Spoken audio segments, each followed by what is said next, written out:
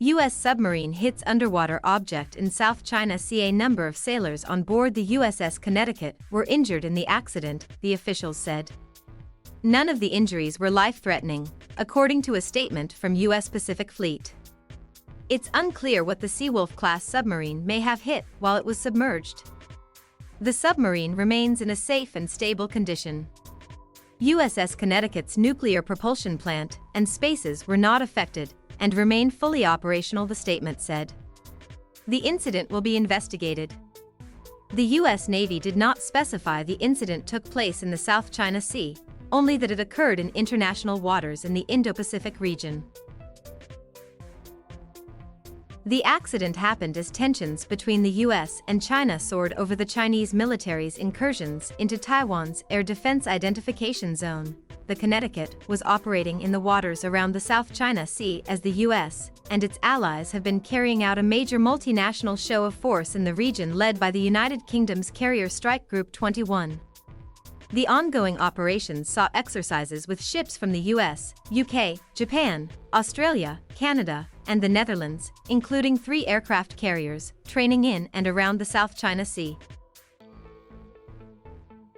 On Saturday, 39 Chinese military aircraft, including fighter jets and transport aircraft, entered Taiwan's ADIZ, causing the Taiwanese Air Force to scramble jets and deploy air defense missiles to monitor the aircraft.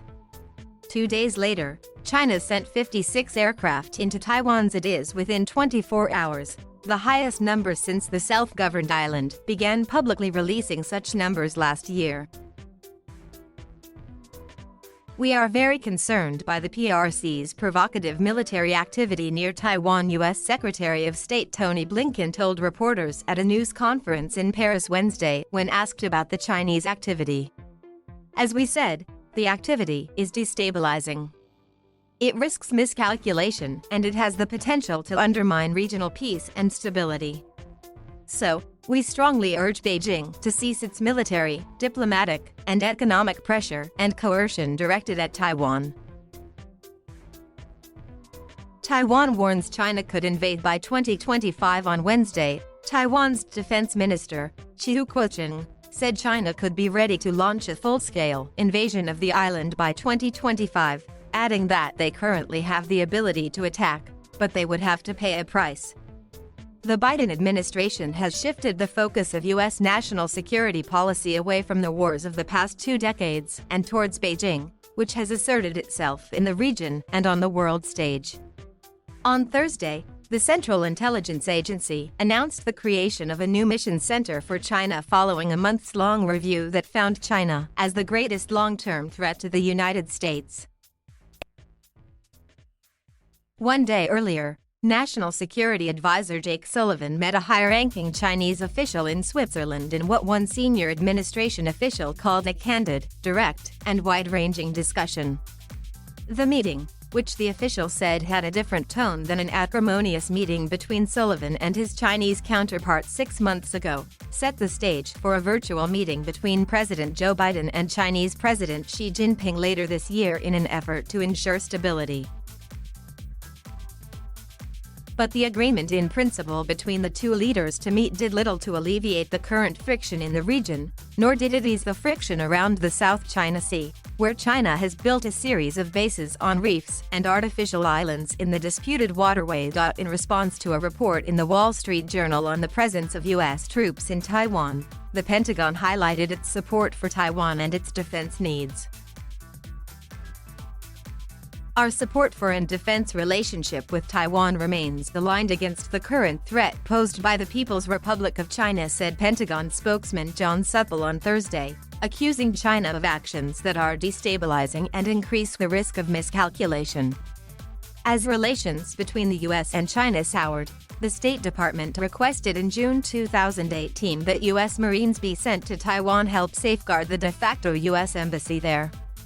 At the time, there were only 10 U.S. troops in the Taiwan, according to Defense Department workforce records, and only 1 was from the Marine Corps, which is the branch of the military in charge of embassy security. The number gradually increased to 19 troops 2 years later, before jumping to 32 troops earlier this year, the records show. Similarly, The number of U.S. troops in China increased from 14 in 2018 to 55 now, the majority of which are Marines.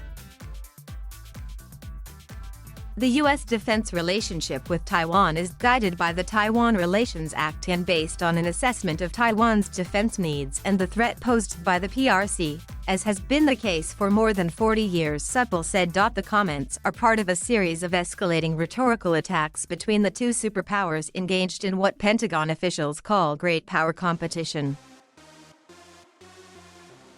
Earlier this week, China criticized the U.S. for what it called irresponsible remarks after the U.S. condemned the Chinese military flights in Taiwan's ADIZ.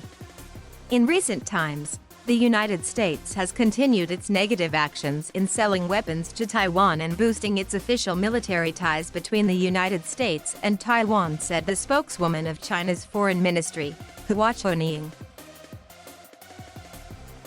Correction. This story has been updated with the correct name for Taiwan's Air Defense Identification Zone, and to clarify that the United Kingdom's Carrier Strike Group 21 is leading a show of force in the region.